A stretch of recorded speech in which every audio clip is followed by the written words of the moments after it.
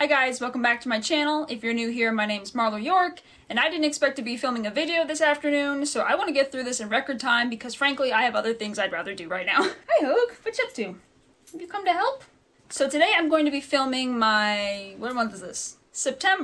My September 2019 monthly favorites / recap video, and like I said, I want to get through this stuff pretty quickly because reasons. It's been a long week and the next couple months are going to be very hectic at my day job, so I don't want to be spending a lot of time just dicking around filming videos and all this extra stuff, whatever. Stop complaining and get to the video. In previous favorites recap videos, I've been pretty lacking in the books department for someone who started as a booktube / authortube channel, but this month I actually have 2 books to talk about. Wow. The first one is an indie book, which is going to be my indie book spotlight, and I have it right here. It is Fragments of Light. I started this book a while back and actually finished it a good 3-4 weeks ago, I would say. So a lot of the plot isn't fresh in my memory, but I'm going to try to do my best. And as you guys know, if you've been watching more than one video from me, I'm very bad at describing plots. So like I said, this is an indie book, and I gave it 4 stars out of 5. And how do I describe this? It's a fantasy, sort of cyberpunk-inspired book in which there's different people with powers, and the powers are based on the color wheel. Like I don't know what else you would call it, except the color wheel. Colors. Their powers based on colors, and depending on what type of color you're born with, that determines the types of powers and abilities you have. Powers and abilities. Okay. We need to slow down. So it follows a variety of characters. There's actually, oh my gosh, like 7, 8, 9 different perspectives in this book, but it primarily follows Emerald, who is a princess, and she has the power of the green, I think that's what it's called. Green power? Green light? Green shit. I suck at this. I believe her power is considered very rare in her time period, and I say her time period because there's a little bit of time travel that goes on, in which a sorceress, Ikaria, I believe it's pronounced, she has violet powers.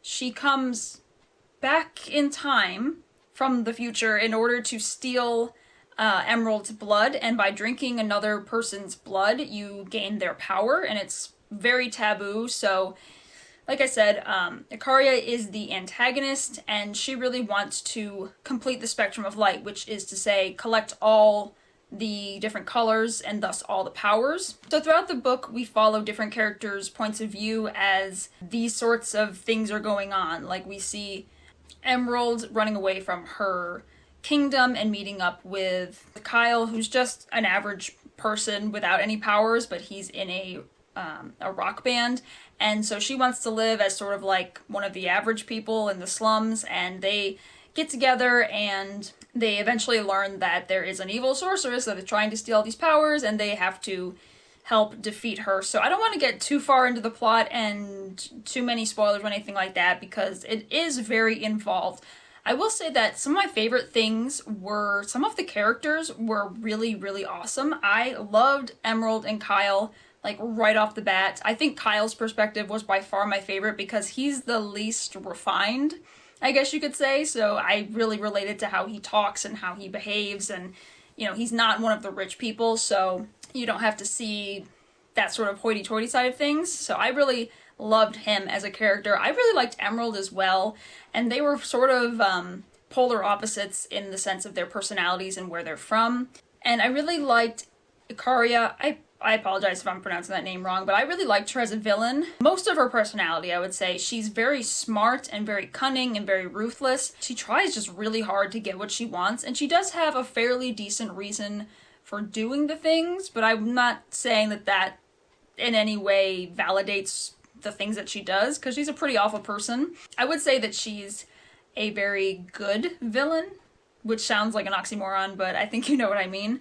If I didn't already mention it, I really did love the magic system in this book, and I thought it was an interesting take on how different colors present themselves and what each color does. I did get kind of confused from time to time about what color did what and to what extent. So Emerald's power is green, and I know she can heal, but she also did some other sort of defensive type things, and I wasn't 100% sure what all of those things were or what the limitations were. There's a lot of different colors, and each of them have different types of powers. How do I say this? So it's not like one color is one thing only. It's like they can kind of do a range of things. And that, like I said, got a little bit confusing. I couldn't always keep track of it. But overall, I thought it was a really cool magic system. I just wish there had been like a little chart or something just so I could keep track of stuff like that. And also which characters had which powers, because like I said, there was a lot of different perspectives, which is probably why the book is so long.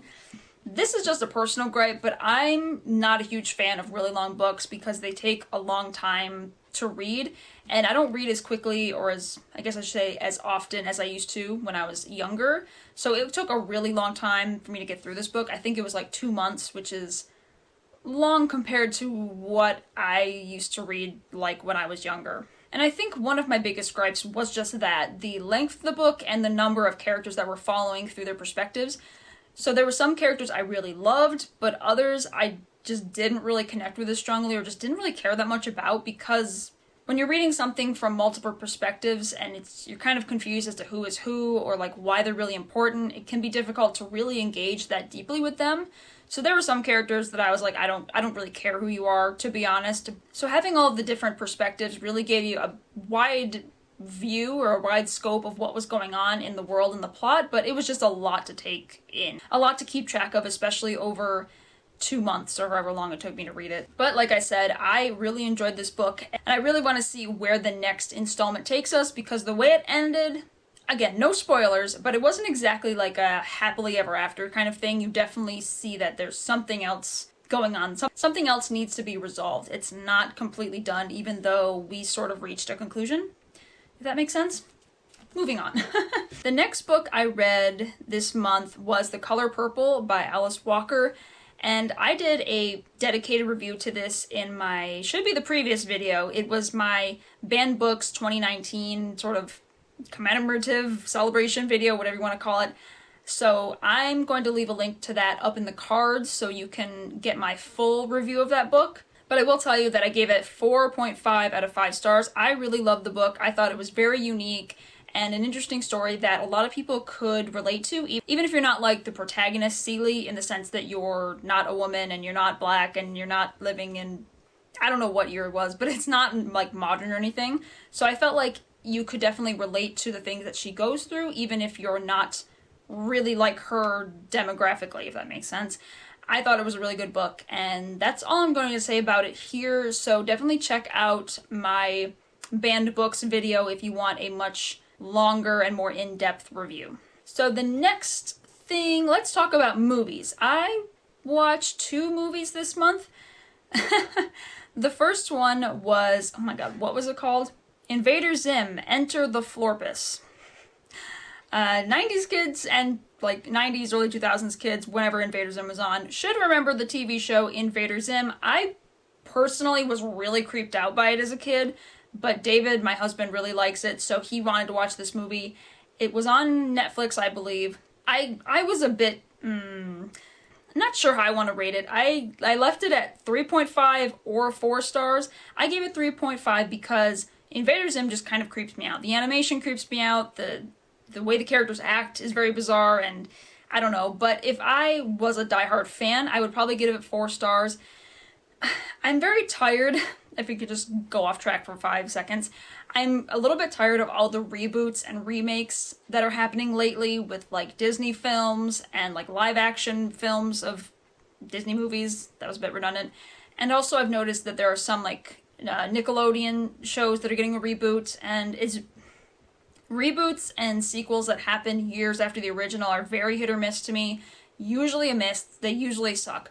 But I will say that I thought Invader Zim, Enter the Florpus, was pretty funny, and the thing I do like about it is the humor is very fast. Like, you really have to be paying attention to catch every little joke, not just in what the characters say, but also like what goes on. Do I need to get into the plot? I don't know. It's Invader Zim. He's still trying to take over Earth, and his alien brethren don't really care. They actually just left him on Earth as sort of like a prank or whatever to get rid of him.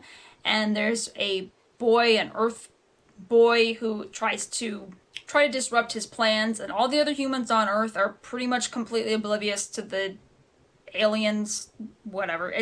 It's kind of the same idea as the show, but in movie form. Okay, and the other movie I watched this month was Hellboy, the first one. And again, I think they're doing another Hellboy movie. I don't know if it's supposed to be a sequel or a remake. I don't know. But that's probably why it was available on Netflix, or maybe just because it's kind of an older movie. I hadn't seen it all the way through when it originally came out, so I gave it 3.5 stars, and I think I'm going to stick with that. I don't know how I feel about... I feel like in my head, when I first watched it, or watched parts of it when I was younger, I liked it a lot more. But maybe that's because it's a little bit... like, it feels like it's aimed at younger people and not adults. Like, adults can certainly enjoy it, but I feel like the humor and the dialogue feels a bit youthful, young. Can you stop licking yourself, Hogue? Thank you. So yeah, I felt like the plot was okay. Hellboy is like a demon who was adopted by a human when he was a child and raised as a human, and then him and some other like supernatural type people have to save the world from some sort of other supernatural being. It's an action movie. The action's pretty fun to watch, but I think the biggest issue I had was the dialogue just felt kind of old and corny. And I also ended up falling asleep, like, during the big climax, so I honestly don't remember. I don't really know how it ended or, like, how they defeated the evil. So that's probably why I ended up giving it 3.5 stars. I was a little more impressed than, like, lukewarm, I guess, if that makes sense. Alright, the next category is TV. I guess this counts as a TV show? I don't know. It's Bill Burr's stand-up special called Paper Tiger. If you don't know, Bill Burr is a comedian who loves to be very, controversial? He's one of the more, like, controversial comedians who just, like, says whatever he fucking wants to and doesn't really care about insulting people. I mean, I'm sure he's not, like, a huge dick in real life, but when it comes to his stand-up, there's no one who is safe from his humor or his insults. My husband really loves Bill Burr and thinks he's hilarious, and I mean, I think he is funny, but I ended up giving it 3 stars, and it's kind of weird rating stand-up. I guess that's how funny I thought it was. 3 out of 5 stars for funny. I did laugh, but there were times when I'm like, okay, this humor goes a little too far, and I try really hard not to be oversensitive, especially in today's world where everyone is oversensitive and comedians are like, oh my god, it's gotta be so hard to be a stand-up comedian nowadays because everyone's so sensitive and everyone takes everything so personally. But there were plenty of jokes that I was like, okay, that topic's not funny to me, sorry. But I did think it was funny. I've listened to his other stand-up and really enjoyed it, so I gave it 3 stars. Maybe 3.5 by being generous. You know, I didn't, like, belly laugh or anything like that. And if you're easily offended, then don't bother watching him. Like, watch someone else who's a little bit more clean. Okay. My goal was to get through this quickly, and it's kind of working, so let's try not to ramble too much. The last category is miscellaneous, and I have 2 items, 2 companies, I guess. The first one I want to talk about is Zipline Utah, and maybe I guess ziplining in general. So Zipline Utah is a company here in Utah. They're based in Heber City, or just south of it a little bit. You have to go through Heber City, and they're kind of like on the outskirts near a lake. And they are known, I believe, how do I phrase this correctly? They have the world's longest zip line that goes over water. So they have a zip line, I believe it's called the Screaming Eagle? Screaming Falcon? I don't know. It's really long. It's almost 4,000 feet long, I think, and it goes straight across a lake. Or a reservoir. I'll leave their website below in the description so you can check the facts on that, but that's pretty cool. The area was absolutely beautiful, and I'm not a fan of heights. Found out that I'm legitimately afraid of heights on a Ferris wheel. I always figured that I was a little bit nervous about heights, but I went on a Ferris wheel for the first time when I was like 23, 25, 24-ish around there, and I cried because I was way too anxious for that shit. I'll just say it. I cried because I was way too anxious and scared to be on a fucking Ferris wheel. Laugh at me if you want to, I don't care.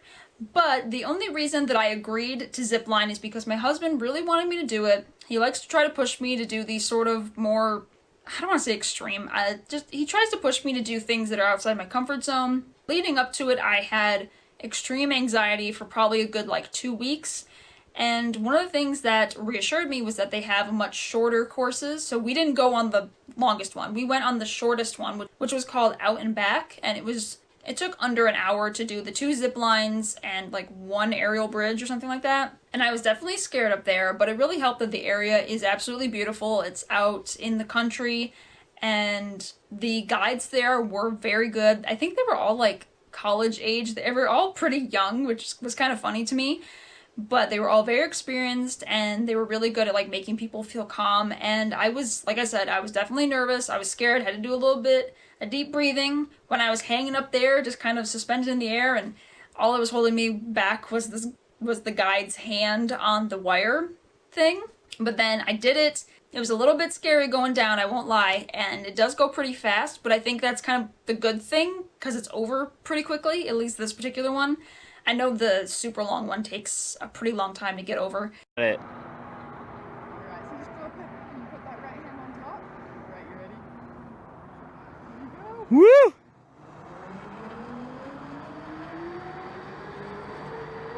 But then once I was at the second one, the second zip line out of the 2, and I think they were both around 800 feet long, so not that bad, I wasn't as nervous. It was a little bit more fun the second time. Zipline Utah itself, I think I would give them, I can't remember how many stars I gave them when I did a review. It was probably 4 stars, but I think I would give them 4.5. I mean, it was nice. It was a nice experience. I don't know if I'd ever go back. Maybe I'd zipline someplace else. I don't think I would ever go on the super long one, because I'm just not into that stuff. I'm not into fear, thrills. I don't like fast carnival rides, roller coasters. To me, as someone who suffers from anxiety disorder, to me, being afraid or being nervous is not fun. It's torture. It's daily torture that I have to deal with on a smaller scale, so I don't go out of my way to do extreme outlandish stuff. That's not fun to me. My idea of fun is figuring out how to relax or doing much more interactive things where I'm actually in control. That's a big thing. I like being in control, and the only thing that you're really in control of on the zip line is slowing yourself down and braking, and even then you don't really feel. Anyway, I'm not going to get into that any longer, but I liked ziplining, and I really recommend Zipline Utah, especially if you are a thrill seeker who wants to go on a super long zipline. So the last item on my list is a company called Grounds and Hounds. I'm not sponsored by them or Zipline Utah. No one sponsors me or does anything or has paid me to say anything. Gotta throw that out there, of course. I discovered Grounds and Hounds through Instagram advertising. And there's only been one other occasion where targeted ads on social media have actually convinced me to buy anything. And so Grounds and Hounds is a company that makes coffee. And here's the one that I bought. Oh my god, it smells so good. This one is called Morning Walk. They have a lot of different varieties, and their thing is that they donate proceeds of, I believe, every purchase. I'm not sure how much, but they donate it to animal shelters and organizations that help animals and dogs. So their big thing is dogs, but I believe they also help shelters in general, not just dog-specific organizations. So I thought that was really cool. I love supporting companies that have products that I think are cool and unique, but also help organizations and causes that I am passionate about. Animals, nature, animal shelters, whatever. They're all things that I'm very passionate about. So I was like, sure, I'm going to support this company and get some cool products and support animals. And so I'm going to talk about each of the products I bought as briefly as I can. I need to slow down my talking because my voice really hurts. My voice hurts? No, my throat hurts. Jesus. So this, like I said, is their Morning Walk coffee. And one of the things I really like about their website is it actually describes the coffee's flavor and the roast styles, types, in much more detail than I've seen on other coffee companies that I've talked about on this channel. I think I've talked about maybe 1 or 2 others. I know I've talked about Black Rifle Company in one of my monthly wrap-up videos. I don't remember which one, unfortunately. But this one actually describes what it tastes like. Even on the package it says tasting notes of toffee, toasted pecan, and sweet cherry. And those aren't flavors added to it. That's just kind of an essence, a flavor that you get while you're drinking it. Sort of like wine has flavor notes. I'm not a wine drinker. So I liked that, like I said, the branding is interesting, and of course they do some like fun marketing writing in the products themselves. I can't help but analyze that kind of stuff because I work in marketing, but then they also give you an idea of like what it kind of tastes like, and they give recommendations of light, medium, dark roast, whatever. And they also talk about the types of beans that are in it. I don't know anything about coffee beans, so that kind of goes over my head. And also it is USDA organic and fair trade certified. So good things, very good things, very good coffee. I'm definitely going to buy from them again because they do have a variety that's called Rescue Roast. For Rescue Roast, they donate, I believe it's 100% of the proceeds or the purchase price or whatever from that to a specific organization that changes each month. So that's pretty cool. And if it's aligned with the kind of coffee I like to drink, then I'd definitely try that one. But they have other products that are coffee, beverage, just kind of like lifestyle related, and they all have like cute dog branding. They also have products for dogs. I didn't buy any because Hogan doesn't need anything right now, but I'm going to show you the other stuff that I bought. So this one is this is a pretty small item. It's a sticker. I never know what to put stickers on, so this has actually been sitting on my whiteboard with a magnet that's holding it up, but I just thought it was really cute. It's a dog head with a sort of mountain vista and some pine trees and a guy camping, and I just thought that was really cool because I love camping, so I thought this was nice. Another thing I bought was this. If I can open it. Clankety clank clank clank clank. I bought a set of stainless steel straws. It actually came in a 4-pack of straws. There was 2 bendy ones and 2 straight ones, but I have the other ones in the kitchen drawers downstairs, and this I keep in the pouch that it came with. Is that right side up to you? Yeah. It came in this little pouch, and it also came with these little like silicone cover things. So this stays in my backpack for when I'm out and about, and then the other ones are in the kitchen, like I said. And I'm trying the whole stainless steel straw thing, and I know there's a big debate about straws in general, but I'm learning a lot more about sustainability. So this is one of the things that I wanted to try. I don't use straws that often, except when I pretty much buy coffee when I'm out. And they're straws. They work. I like them. I like stainless steel straws. And I think it's cool. They come in a little drawstring pouch that is, it feels like cotton linen maybe? I don't know.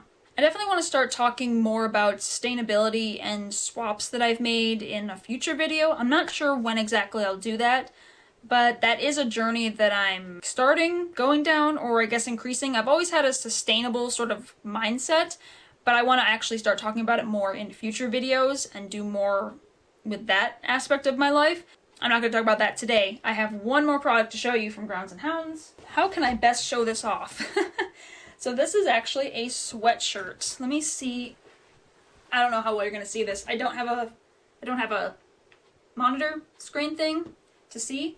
So this is a sweatshirt, and it's a zip-up hoodie, and let's see, the front here, if you can see it, says Fresh Brew and Rescue, which is one of their like motto things, and it says change the world 1 cup and 1 pup at a time with their logo. That is Molly, who is the owner's rescue dog. And then on the back, it says every pound saves a hound, Grounds and Hounds Coffee Company. I hope you guys can see that. I don't know where the thing is facing. So let's just try it on, shall we? I mean, I've worn this plenty of times. It's not like I'm trying this for the first time or anything. I started wearing this almost immediately after I got it, and it is extremely soft. It is by far one of the softest sweatshirts I've ever owned that wasn't like straight up fleece. So as you can see, I don't know how you describe this pattern. It has a sort of like sporty, it kind of reminds me of like baseball for some reason.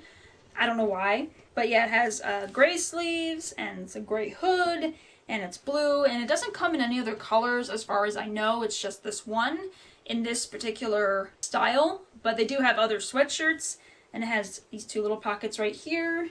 Nice drawstring hood. Very comfy. Very cozy. This became a try-on haul all of a sudden. At first, I wasn't 100% sure that I would like the style, but now that I have it, I think it's really cool, and I started wearing it and just immediately fell in love with how freaking soft it is. It feels so nice. So yeah, I'm not going to babble on about a sweatshirt anymore, but those were all the Grounds and Hounds things, merch, whatever that I bought. I would definitely recommend you guys check this company out. I'll leave them linked below in the description so that you can see what other products they have and check out their line of coffee. I highly recommend it. It smells so good. I've been drinking this every day since I got it, and maybe I'll see if there's any other like fun merch that I'd like to buy. Maybe I'll get something for Hogan. I know they have toys. Lord knows he doesn't need any more toys, but I don't know. I'll just see what else they have and see how else I want to support the company, because I'm totally behind a company that uses proceeds to help animal shelters. I think that's super cool, and they're a really unique company with unique products. So that was all I have for you guys today. If you've experienced, tried, read, watched, drank, whatever, anything in this video, leave a comment down below and let me know what you thought, or if there's anything in this video that sounded interesting, also let me know. If you'd like to keep up with me on my writing endeavors, I'll leave all my social media links below in the description, as well as a link to my debut self-published novel, Blood of Fire. If you like these favorites videos and these wrap-up, recap type things, definitely give this video a like and subscribe. So until next time, see ya. Let's do a thumbnail. Did I bump your butt? Have you been down here helping? Look at that little slice of beef. Look at that little slice of beef. I'm gonna get your belly. I'm gonna get your belly. Okay. He wants me to leave him alone and just do my damn thumbnail. That's it.